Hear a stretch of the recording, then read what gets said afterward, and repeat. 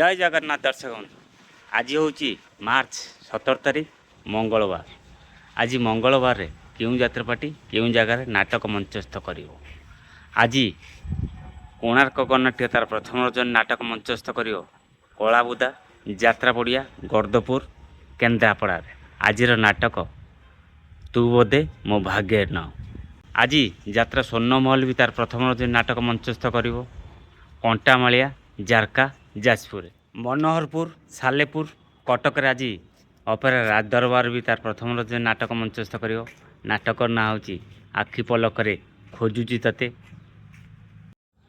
कईया रगड़ी जाजपुर आज पार्वती गणनाट्य भी तार प्रथम रजन नाटक मंचस्थ कर नाटक ना हूँ तो लगी बड़दाण्ड मन। ब्रह्मपुर धवलेश्वर कटक रे आज अपेरा श्रीमंदिर तार प्रथम रजन नाटक मंचस्थ कर नाटक ना हूँ कही दास जगन्नाथ। कलिंग गणनाट्य आज तार प्रथम रजन नाटक मंचस्थ कर इंचल हाटडी केन्दुझर नाटक ना हूँ कालरात्रि।